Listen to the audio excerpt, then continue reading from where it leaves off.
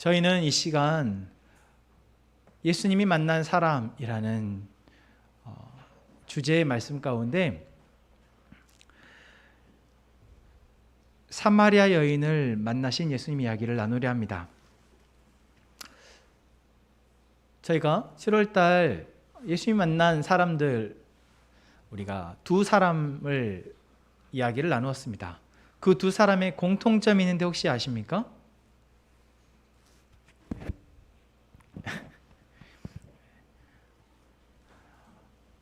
38년 된 환자와 병자와 아들을 잃은 과부의 공통점이 무엇일까요?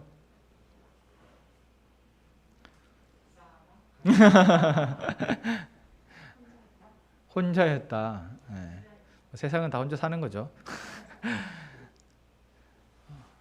바로 외부적 요인으로 인해서 그들의 삶이 힘들어졌다라는 것입니다.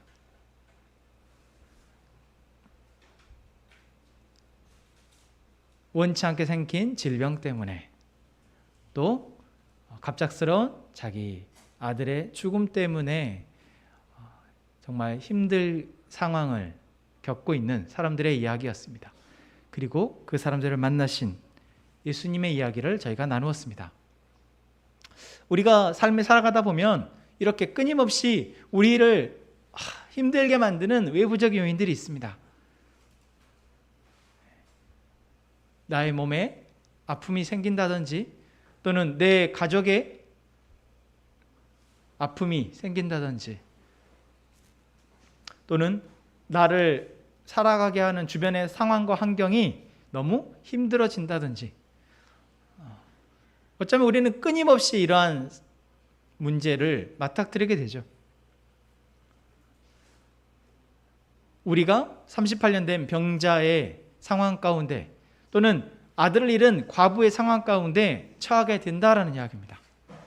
어쩌면 우리가 이것이 우리의 삶입니다. 우리는 너무나도 좋은 미래, 건강한 미래, 밝은 미래를 꿈꾸고 애쓰고 살아가지만 그 누구의 잘못도 아닌데 이러한 일들이 우리에게 닥쳐진다라는 거죠. 그랬을 때 우리가 나의 탓으로, 내가 잘못했구나, 또는 저 사람의 탓으로, 아니 또는 이 사회의 탓으로 여기며 뭔가 탓하며 살아가게 되는 것이 많은데, 그렇게 해서는 우리는 그 문제로 인해서 더 고통받을 뿐이라는 것이죠. 그러나 예수님이 우리를 만나러 오신다면 우리는 누구의 탓이 아니라 우리의 연약함, 이 세상에 이 사람들의 연약함 때문임을 알고 이것을 해결해 주실, 우리에게 영원한 생명을 주실 그분을 믿고 의지하게 되어진다라는 것입니다. 여러분, 정말 여러분들이 여러분의 삶에서 예수님을 만나시기를 원합니다. 예수님과 함께 살아가시기를 원합니다. 제가 지금 드리는 이 말이, 예수님을 만난다라는 것이, 예수님과 함께 살아간다는 것이 아직 무엇인지 모르신다면, 그걸 내가 잘 모르겠고 감이 잡히지 않는다면, 여러분 지금 망설일 때가 아닙니다.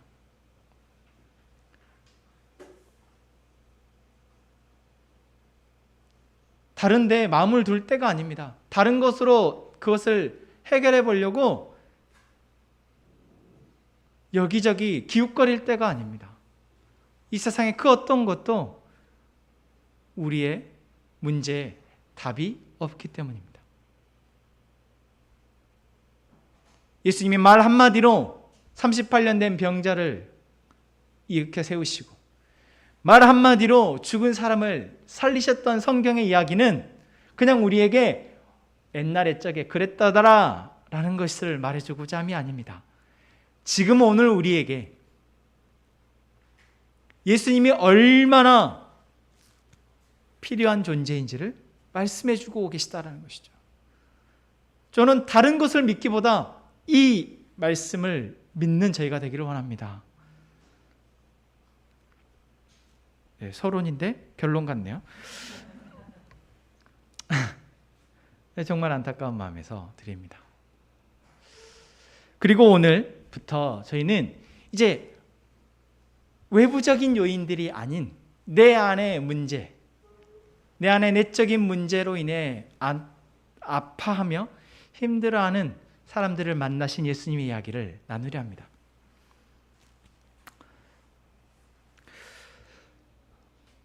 요즘 사람들이 계속해서 자주 뱉는 말이 무엇입니까? 살기 힘들다라는 겁니다.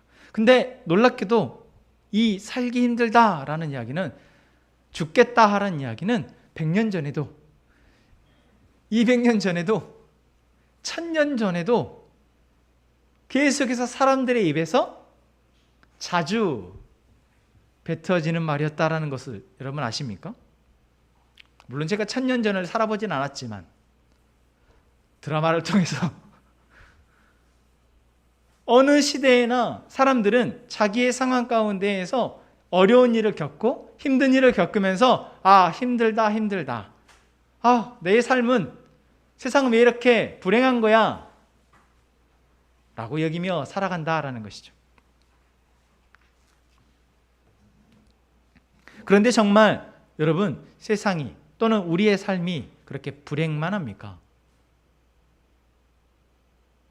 만약 불행하다면, 내가 불행하다고 느끼는 그것은 무엇 때문에 불행한 것일까요?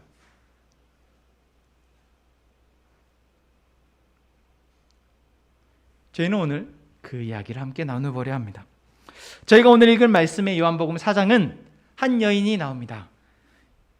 이 여인은 뭐라고 성경은 이야기하고 있습니까? 어디에 살고 있는 여인입니까? 사마리아에 살고 있는 여인입니다. 사마리아라는 지역에서도 수가라 하는 동네에 살고 있는 여인입니다. 여러분, 이제 이스라엘의 지도가 이렇게 길쭉하게 되어져 있는데 그 사마리아는 그 가운데에 있습니다.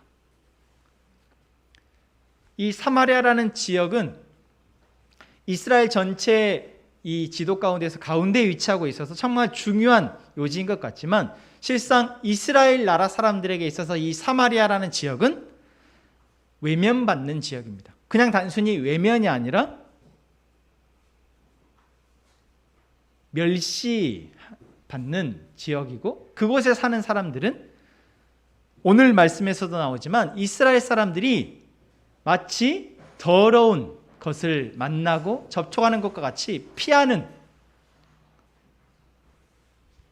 그러한 처지에 있는 사람들이었습니다. 그곳에 살고 있는 이 여인 역시 그러했겠죠. 그래서 유대인인 예수님을 처음 만났을 때 예수님이 나에게 물 좀 달라라고 말씀하시니 그 여인이 뭐라고 말합니까? 유대인인 당신이, 사마리아인과 상종하지 않는 당신이 어찌 나에게 물을 달라고 말하십니까? 라고 말할 정도로,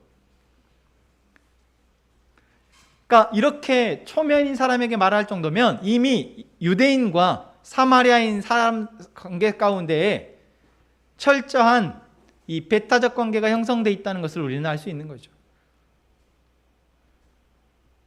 그러니까 유대인이 사마리아인들을 괄시하고 멸시하는 그것을 이미 사마리아인들이 의당 그러려니 하고 받아들일 정도로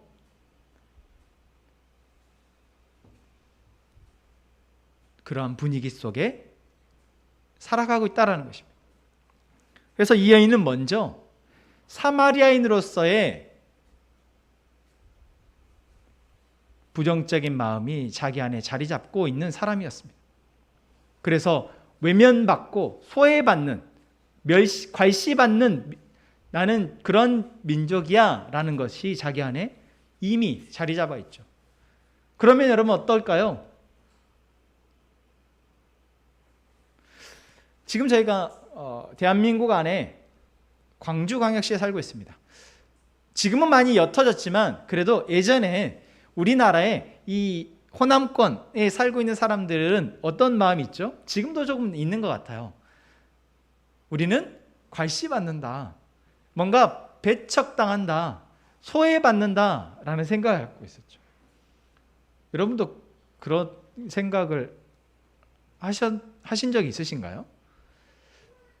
저는 저희 세대에는 잘 모르겠어요. 근데 매스컴이나 뉴스에 보면은 아직도 그런가 보다 하는데 사실 저는 체감이 안 되거든요. 그런데 저희 아버지 세대나 그 윗세대는 정말 그랬나 봐요. 그래서 그런지 이 사마리아 여인 또 사마리아의 사람들의 이 마음이 조금 이해는 됩니다. 의당 조금 불합리한 처우를 받거나 하는 것에 대해서 너무 당연하게 여겨버리는, 너무 아프지만 그냥 그런가 보다 하게 되어지는 그런 상황에 이 여인은 살고 있었습니다. 또 이 여인은 사마리아라는 소외되고 배척받는 지역에 살고 있으면서도 또 이 여인은 예수님과의 대화를 통해서 알 수 있는 사실이 있습니다. 무엇입니까? 바로 결혼을 여러 번 했다라는 것입니다. 지금도 저희가 뭔가 이 결혼을 재혼을 했다 또는 이혼을 했다 또는 결혼을 3번, 4번 했다 하면은 이렇게 좀 다르게 보죠. 지금이야 이혼하고 재혼하는 것이 많은 사례이다 보니까 크게 흠이라고 생각하지 않는 분위기이지만 3번, 4번? 이 여인은 몇 번 결혼했습니까? 5번 결혼을 했습니다. 지금 시대에도 그러한데 그 시대에는 어떠했을까요? 사람들이 이상하게, 좋게 말해서 이상하게 보였을 테고, 안 좋게 하면은 정말 손가락질 받는 여인이었다라는, 손가락질 받는 사마리아라는 지역에서, 거기에서 더 그 사마리아에 있는 사람들에게조차 손가락질을 받으며 외면받았던 여인이 바로 오늘 이야기의 주인공입니다. 이 여인의 삶이 어땠을까요? 행복과 불행으로만 우리가 나눈다면은 불행했던 것 같습니다.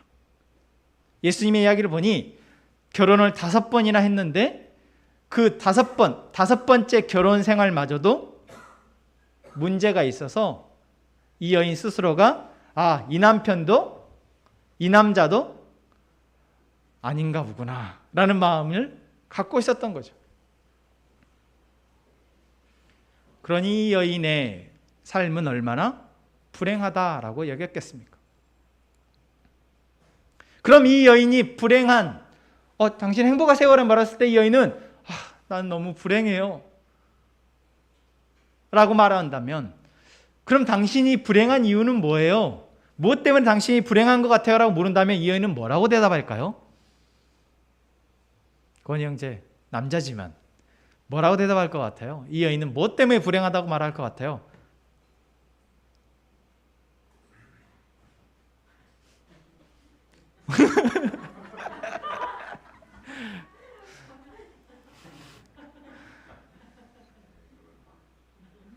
여러분, 무엇 때문에 불행하다고 말했을까요? 내가 사마리아인이라서 나는 불행해요. 나는 결혼 생활이 힘들어서 불행해요. 나는 외로워서 불행해요. 또 이 여인이 지금 예수님을 만난 장소와 시간이 어디입니까? 낮 12시에 우물에서 만나요. 사막 지형에서 낮 12시는 지금 우리가 한낮 12시에 밖에서 거리를 걷는 것과 비교할 수 없을 만큼 더운, 더군다나 마을에서 멀리 떨어진 우물까지 와서 물을 기르고 있는, 정말 사람들의 시선을 다 피해 다녀야 하는, 그래서 저는 사람들이 저를 손가락질해서 괴로워요, 불행해요 라고 말할 수 있을 만한, 또는 진짜 물길로 매일매일 물 들어오는 것이 너무 불행해요, 힘들어서 불행해요, 삶이 너무 힘들어요, 그래서 불행해요 라고 말할 수도 있겠죠. 그러니까 이 여인이 불행한 이유를 찾아보면 너무나 많을 겁니다. 여러분 행복하십니까? 권희 형제 행복해요? 그저 웃지요. 우리 연비자매 행복한가요? 다 웃기만 하는데.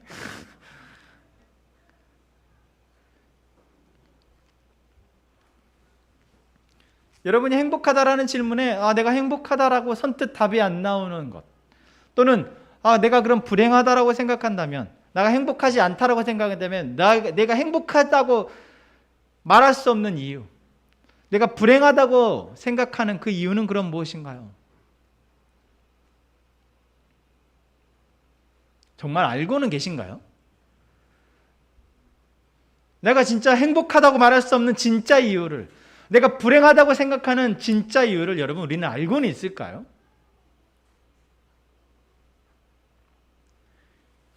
이 여인은, 확실한 것은 이 여인은 몰랐다라는 것입니다. 자기의 불행의 이유를, 자기가 행복하지 않은 이유를, 그래서 여러 번 결혼을 할 수밖에 없었던 이유를 여전히 예수님을 만난 이 순간까지도 몰랐다라는 것입니다.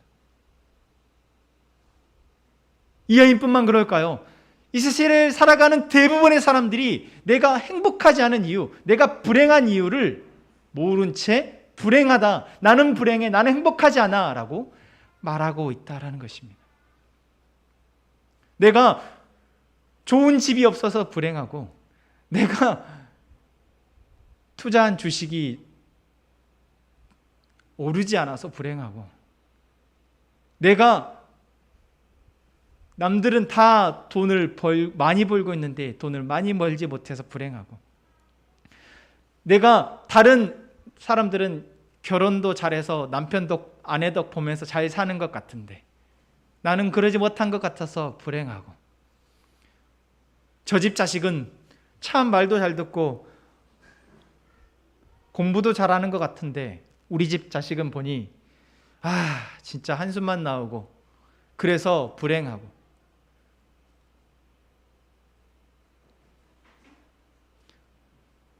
뭔가 불행의 이유를 말하라 하면은 다다다다다다다다 참 많은 이야기를 하는데, 정말 자기가 불행한 이유를 알고 있는 사람은 거의 없다라는 것입니다. 이 여인처럼.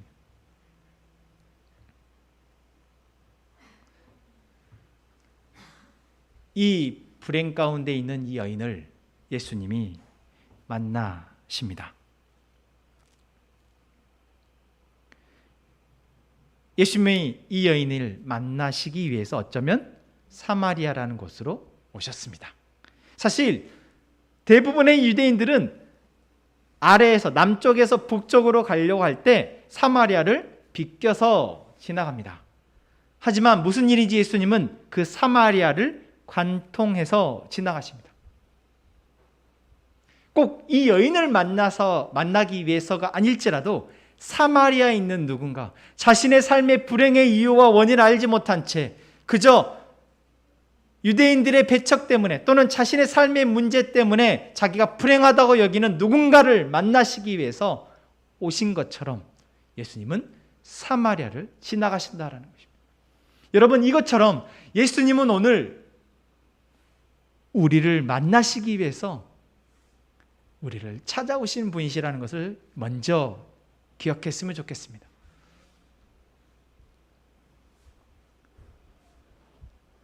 예수님은 저 사람, 저기 나와 상관없는 곳에서 열심히 좋은 일 하시는 분이 아니라, 내가 내 삶의 문제 때문에 내 안에 내적인 고민과 불행의 이유를 찾느라 힘들어하고 있을 때 바로 우리를 찾아오시는 분이시라는 것, 여러분 기억하시기 바랍니다. 그리고 예수님이 여인을 찾아오셔서 무엇을 하십니까? 물을 달라 하십니다. 여러분, 이거 보면 예수님에게는 물이 없습니다. 그러나 이 여인에게는 물이 있습니다. 예수님은 사실 이 세상에 그 무엇이든 하실 수 있는 분이시지만 처음 이 여인과 만남의 자리에서 예수님은 자신을 어떤 존재로 만드십니까? 부족한 존재로 여기게 하십니다. 나중에 이 이야기는 따로 우리가 복음 전서에 대해서 이야기할 때 더 자세히 다루겠지만, 여기에서 중요한 것은 이 여인이 낯선 유대인의 남자에 대한 거부감을 갖지 않도록 예수님이 만나셨다라는 겁니다.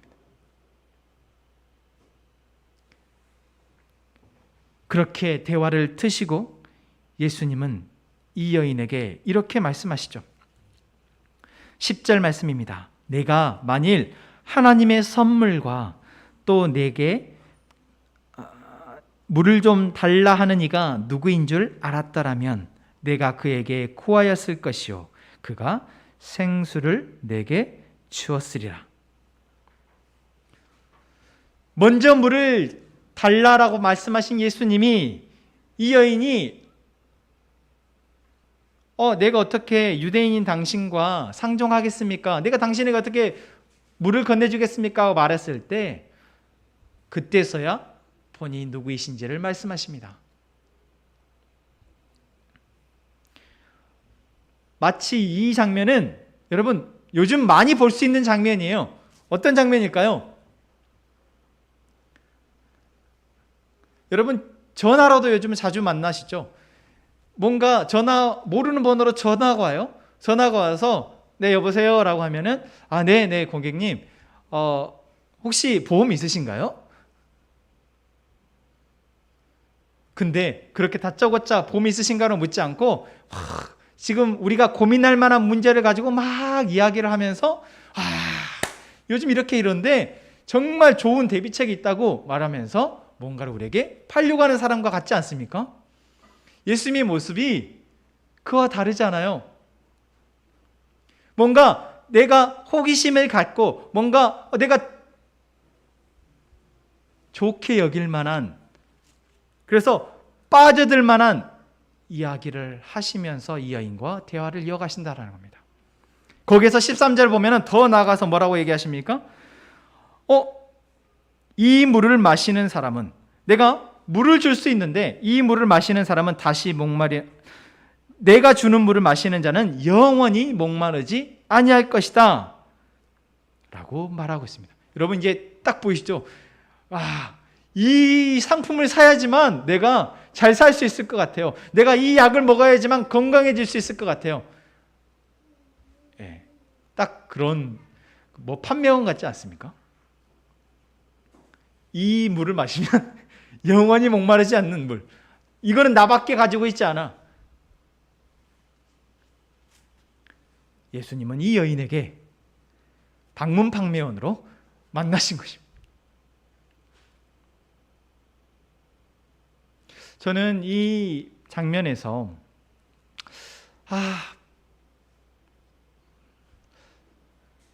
제가 우리 아이들과 이야기를 나누는 장면이 생각이 났어요.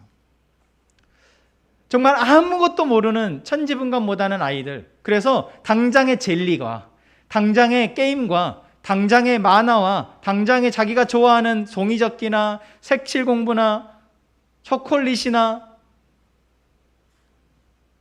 그냥 내 눈이 즐겁고 내 마음이 즐겁고 내 손이 즐겁고 당장 시간 즐겁게 보낼 수 있는 것에 마음이 뺏겨 있는 아이들에게, 또는 아이들이 아니라도 어른임에도 불구하고 자기가 정말 무엇이 필요한지 모르는 사람들에게 사실 복음을 예수님은 너무나도 전하고 싶으실 텐데, 그때 예수님은 이 여인에게 다가오셨듯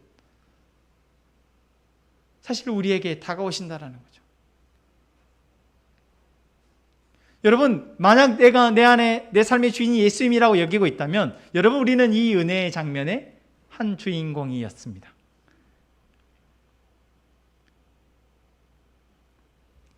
여러분은 어떻게 예수님이 여러분의 삶에 들어오셨는지 기억나십니까? 이 여인에게는 생수라는 것으로 예수님이 들어가십니다. 이 여인의 꽁꽁 얼어버린, 닫혀버린 마음의 문을 생수라는 것으로, 이 여인이 지금 당장 필요하게 여겼던 물이라는 것으로 비집고 들어가셨습니다. 여러분, 우리에게도 예수님이 그러십니다. 내가 지금 당장 필요하다고 여기는 것들을 막 찾으려 하는데 예수님은 마치 방문 판매원처럼 우리에게 슬며시 들어오셔서 그곳에서부터 우리의 마음의 한 자리를 차지하시며 우리에게 들어오셨습니다. 여러분, 우리가 한 것은 무엇입니까? 슬그머니 그분에게 우리의 마음의 자리를 내어준 겁니다. 우리가 뭐 엄청나게 마음의 문을 활짝 열고 예수님, 내가 예수님 내 삶의 주인이 되기를 원합니다, 그랬나요? 아니요.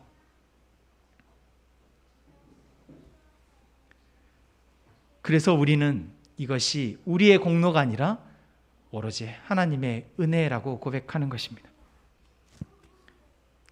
그리고 이제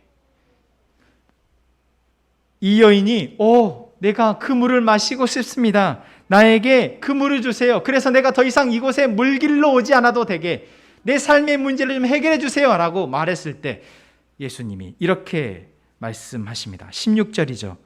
가서 내 남편을 불러오라.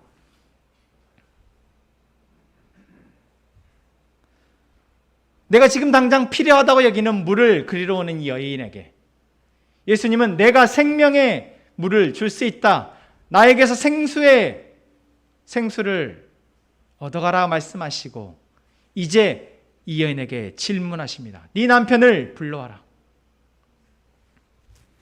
여러분, 이 여인은 자신의 삶이 불행한 이유를 찾지 못했습니다. 그냥 삶이 힘겹다고, 또는 내 남편이 여전히 나를 사랑해 주지 않아서, 나에게 관심을 주지 않아서, 나를 외롭게 만들어서 내가 불행하다고 생각하며 이제 이 남편이 아니라 다른 남편을 찾아야 되나 보다 라고 생각하고 있었을지 모르겠습니다.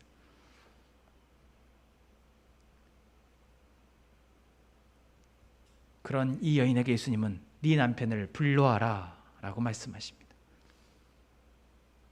너가 너의 불행의 이유, 또는 네가 행복이 위해서는 좋은 남편, 좋은 남자, 나를 사랑해주는 사람이 있어야 된다고 생각하는데 그럼 진짜 네 남편을 불러와라 라고 묻고 계시는 것입니다.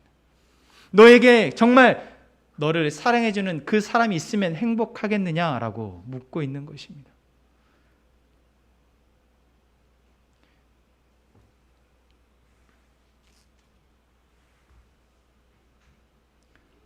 여러분, 예수님을 만난 사람은 무엇이 다를까요? 예수님이 만난 사람은 무엇이 다를까요?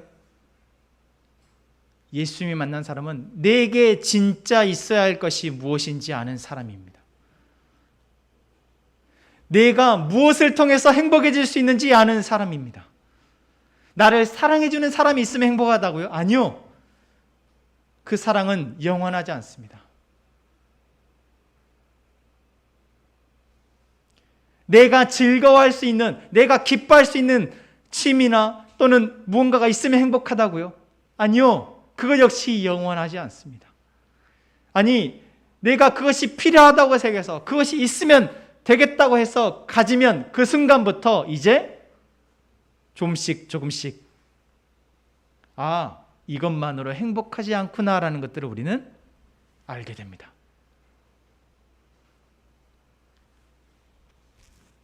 이것이 바로 우리입니다. 여러분, 이것을 우리는 너무나 모르는 것 같아요. 자꾸만 과거의 나의 문제를 답습하고 있습니다.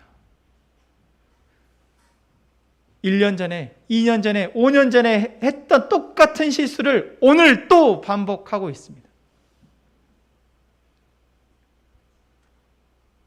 그래서 내가 불행한데도, 내가 실수를 계속 반복하고 있어서 내가 불행한데도 여전히 나는 또 실수하기 위해서 애쓰고 있다는 것이죠. 바로 이 여인처럼요. 이 여인의 문제를 해결하기 위한 것은 좋은 남편을 만나게 해주는 것입니까? 아닙니다. 여러분, 여러분의 행복을 위해서 여러분이 불행의 조건을 없애고 행복의 조건을 채우면 여러분 행복해질까요? 여러분이 만약에 직장에 들어가지 못해서 또 내가 좋은 사람을 만나지 못해서 내가 불행하다고 여긴다면 좋은 사람 만나고 좋은 직장을 들어가고 내가 원하는 것을 이루면 행복해질 수 있냐라는 것입니다.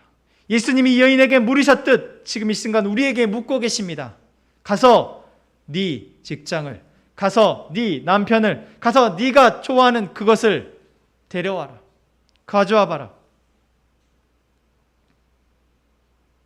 정말 그것이 너에게 너의 행복을 가져올 수 있겠느냐?